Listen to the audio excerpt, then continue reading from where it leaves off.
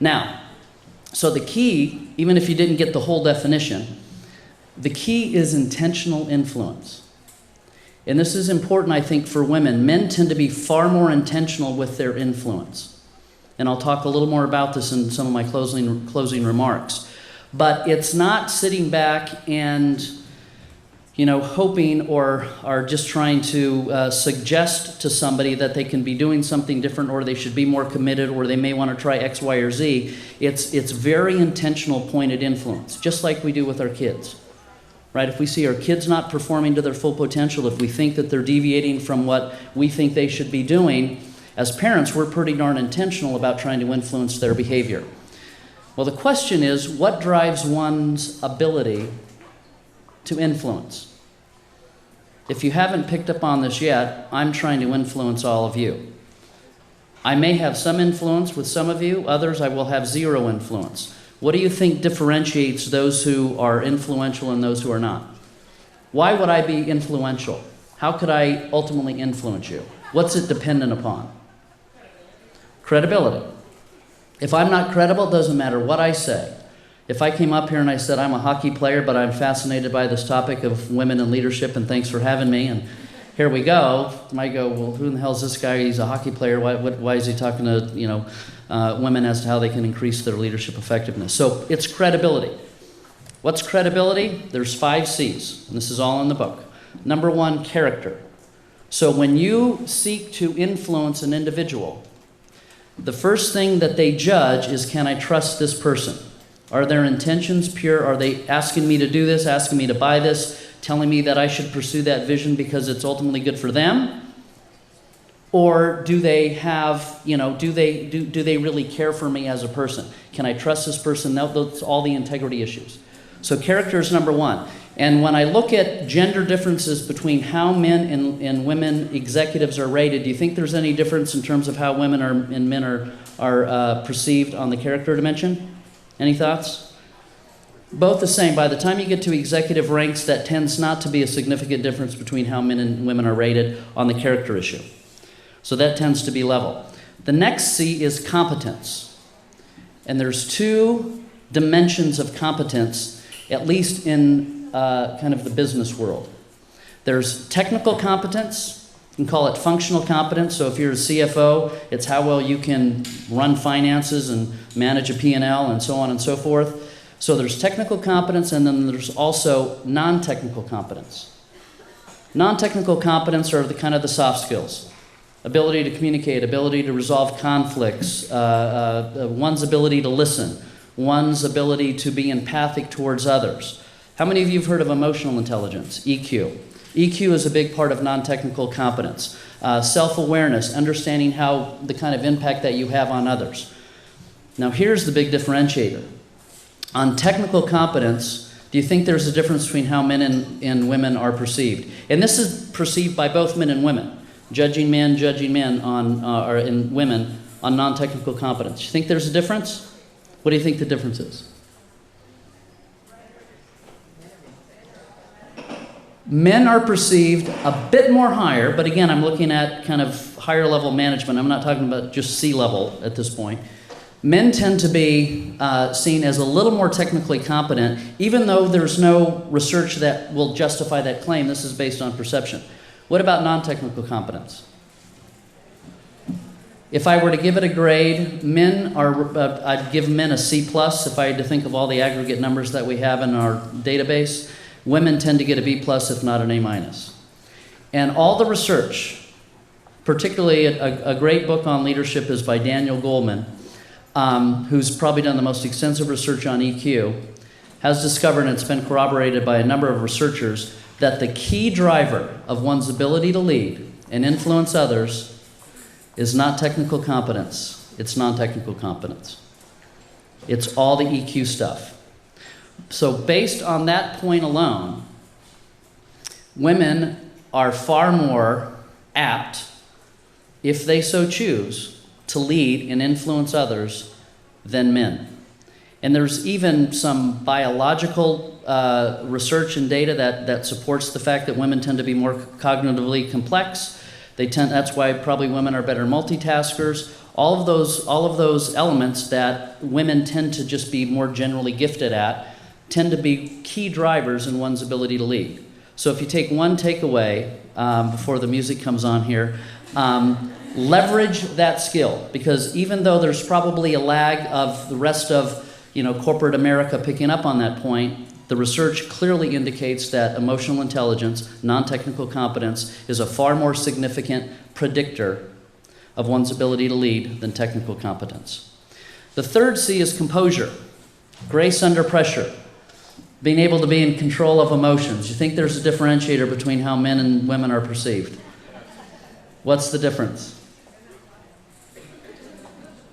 Men tend to be a little more in control over their emotions, and some might claim that they just don't have a whole lot of emotion, and therefore if you don't have a whole lot, it's probably easier to manage. That is a differentiator, right? And what's interesting in our research, and I realize this is not an inspiring point, but there's no way we can improve if we want to deny some real facts.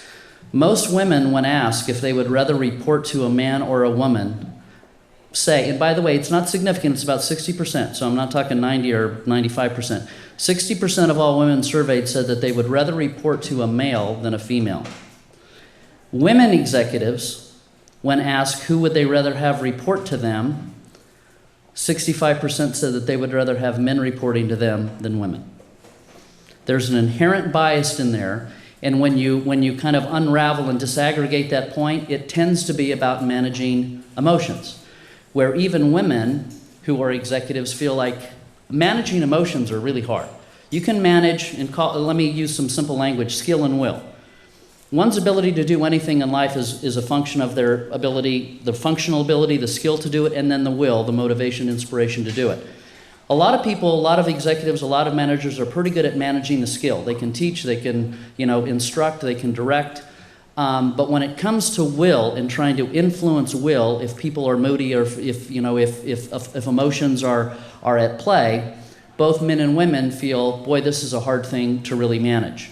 And therefore, those inherent biases tend to play out in I think some of the statistics that we know about women in leadership in organizations. So composure is a key differentiator. Let me just say one more point about composure. Composure does not mean the absence of emotion. What it means is appropriate display of emotion in any given situation. And who determines what's appropriate? Your audience. Right? I've given feedback to executives who've said, Tony, I'm just a passionate guy, and this is who I am, and I still care for my people. It's not a big thing. Well, so the way I react to certain things, it's just who I am. Well, believe me, great leaders, very credible leaders, show a lot of passion, show a lot of emotion, but they don't show emotion at a little typo on an internal memo that's going nowhere, and they don't go through the roof. So if people somehow see a disconnect between the emotion attached to the significance of the act, your credibility, at least on the composure dimension, will go significantly down. So composure is another key differentiator. A couple more. Courage. Any difference between men and women? Who do you think are perceived to be more courageous? Men. Believe it or not by as much of a significant factor as you might think, but men tend to be perceived as a little more courageous, partly. And it's not about making tough calls, making tough decisions, or having a sense of urgency. What we've discovered in our firm, it's partly how you deal with urgent matters, how you have to make tough calls. You probably tend to do it a little softer, but you still get the end result. So again, part of it is in the packaging or the method or the style by which people demonstrate acts of courage, which are tough decisions, giving tough feedback, having to let somebody go, just making tough calls in organizations. So it's something else you want to think about. The last C is care for people. Again, a very big predictor. Care for people. Who do you think there's a difference? Women tend to be far more viewed as people who demonstrate care in organizations. So in just our few minutes remaining, let me give you a couple takeaways. Things that you may want to think about. Number one, make it known if you aspire to be a leader in an organization. I have a little restaurant in Rancho Santa Fe, and I just promoted somebody to a supervisor. And it actually happened to be a woman, and the woman who I thought would be a fantastic supervisor, who's very busy, she's in real estate, she's a mom, et cetera, came to me and she said, "Tony, I would have loved to have been a supervisor." I said, "I had no idea." And men tend to make their intent far more known in organizations, say, you know what, I would love to be considered. If that's your aspiration, make it known. The second thing I'll say is that, going back to Joanna Barsh's book, How Remarkable Women Lead, she seems to think that women have far under-leveraged and under-invested in their social networks. Women tend to be far more network-oriented than men, but what Dr. Barsh discovered is that in their networks, 90% of the networks are females. And if you go back to organizations, and I'm talking about modern-day corporate America, that women who tend to have more diverse networks of both men and women, given the makeup of modern-day organizations, tend to be far more effective, tend to have far greater support and mentoring and all those other sorts of things which are key predictors to promotion in modern-day organizations. So something to think about. The other thing I'll say is consider the corporate culture, not just the position, particularly for some of the, if you're aspiring to, for a promotion, or if you're looking for a new job. I think it's really important, and maybe it's obvious, that aside from, if you're a great finance person, or if you're a lawyer, or if you're a salesperson, and you think you're great at sales and somebody has a sales opening, make sure you look at the culture. My brother mentioned I've been consulting ESPN for 23 years. Just published a book on them. In the early days of ESPN, I would have women come to me and say, Tony, I just don't think there's a lot of opportunity for me here. And well, why is that? Well, if you think about it, the only way I would ever get promoted is I have to learn how to play golf. I have to learn how to go have lunch and dinner at Hooters. I need to drink scotch, and that's just not me. And so therefore, I don't think I'll ever make it here. Interesting point. I had as many men say the same thing as women. Right? So if the individuals running the corporate culture have certain mores, certain practices, certain values, it doesn't matter if you're a man or a woman. I mean, I've had a lot of men who say, I actually like Chardonnay, I actually like tennis more than I like golf. I don't like Hooters, I'd rather go to Mr. A's, that's just who I am. Well, you got to think about that cultural fit. And the last thing I'll say is men tend to link and label, women tend to hint and hope.